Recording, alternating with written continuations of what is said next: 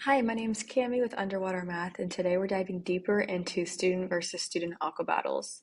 So these aqua battles are the competitive component of underwater math.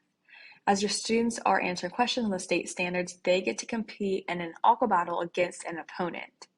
When they're competing in these battles, students get to play fun and quick mini games, but they only get to play these games if they get the question correct. So this motivates students to try their best on each question because they will want to play those mini games. This also means that you will have more accurate data since your students are trying their hardest on each question.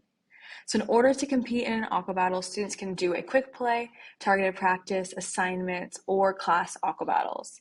But today we're going to do a quick play. So we can either just answer questions or compete in an aqua battle. So we'll do aqua battle.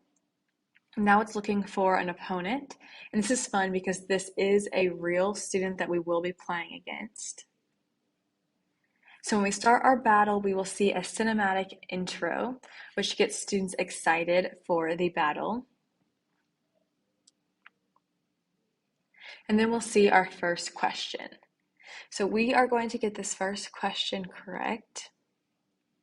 Since we got it correct, we will get to play a game. So we will see the game spinner, which is randomly selecting a game for us to play on this first round.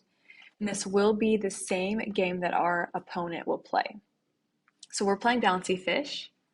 So we'll get to choose our sea creature, and then we'll watch a quick clip of this mini game.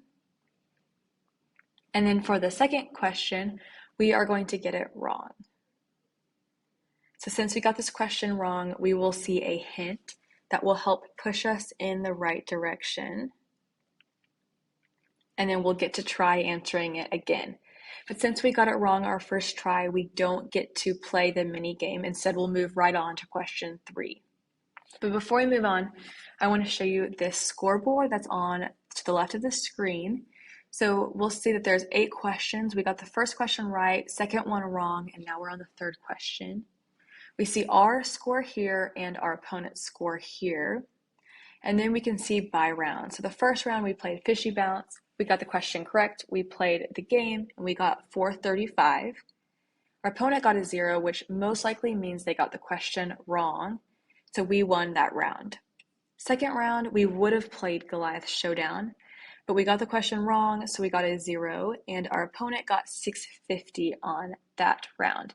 So we lost that round. But let's skip to the very end. So we did all 8 questions and we actually won the aqua battle, which means that we get to see the cinematic outro, which just says, congrats, you've won at your aqua battle. And then we get to see a results page at the very end. It shows our ranking versus our opponent's ranking after the aqua battle, and then our session summary.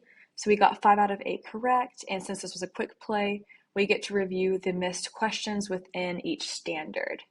That's all we're going to look at today. Thank you for taking the time to learn more about student versus student aqua battles.